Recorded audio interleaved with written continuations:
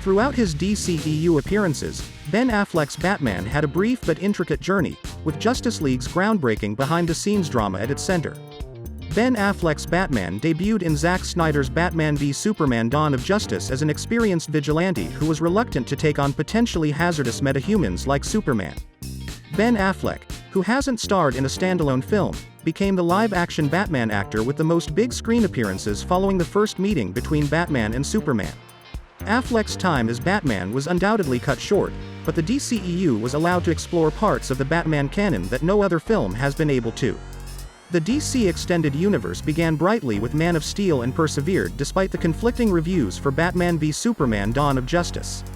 But the course of the franchise was abruptly changed when Justice League was released in theaters. A number of unforeseen production decisions caused the greatest big-screen crossover event for DC to miss its mark with both reviewers and viewers. The DCEU started to go in several ways once Zack Snyder's plans were upset, and Ben Affleck made the unexpected decision to give up his cape. Nonetheless, Affleck's portrayal of Batman continued long after the theatrical version of Justice League was released, and the character's live-action future has seen several changes since then.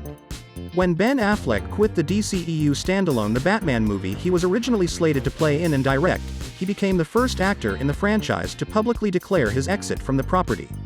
Initially, Affleck resigned as director, stating that he wanted to concentrate on the performance. But soon after, the actor made the decision to completely withdraw from the film, which prompted director Matt Reeves to recast the part and establish a whole new DC continuity for the narrative. The initial ideas for Batman, which pitted Affleck's character against Joe Manganiello's Deathstroke following Justice League, were scrapped in favor of a more grounded Gotham where the Riddler would face a youthful Dark Knight.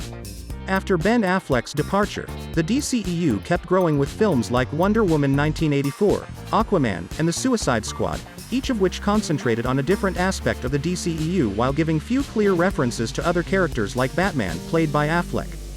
The formal announcement of Robert Pattinson's casting for the Batman came in May 2019. 3 nominations for the 95th Academy Awards, a strong box office success, and excellent reviews greeted the film's release in 2022. Warner Bros. Announced 2 spin-off series and 2 sequels to The Batman following the film's enormous popularity. A spin-off from the Gotham City Police Department was shelved, but development on the Penguin quickly began.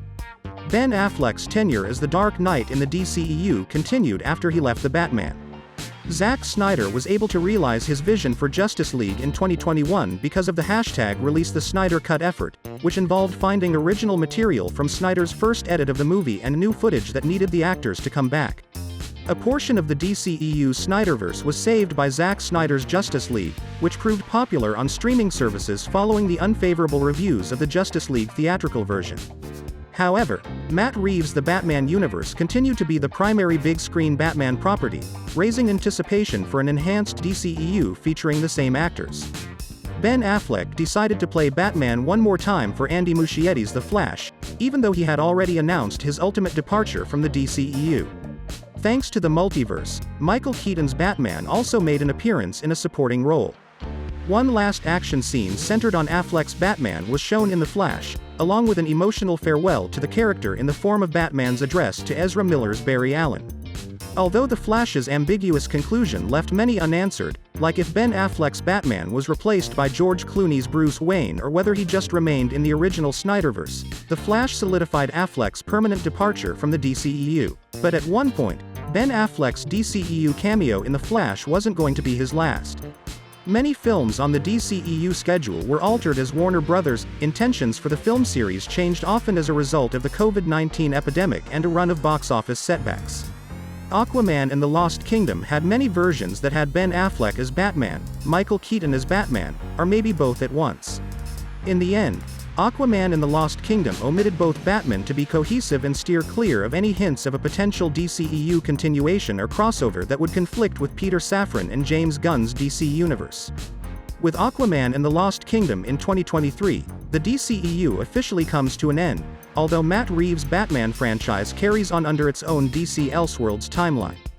There will soon be a new live-action Batman on the big screen, even if Robert Pattinson's Batman will probably continue to be on screens for a while.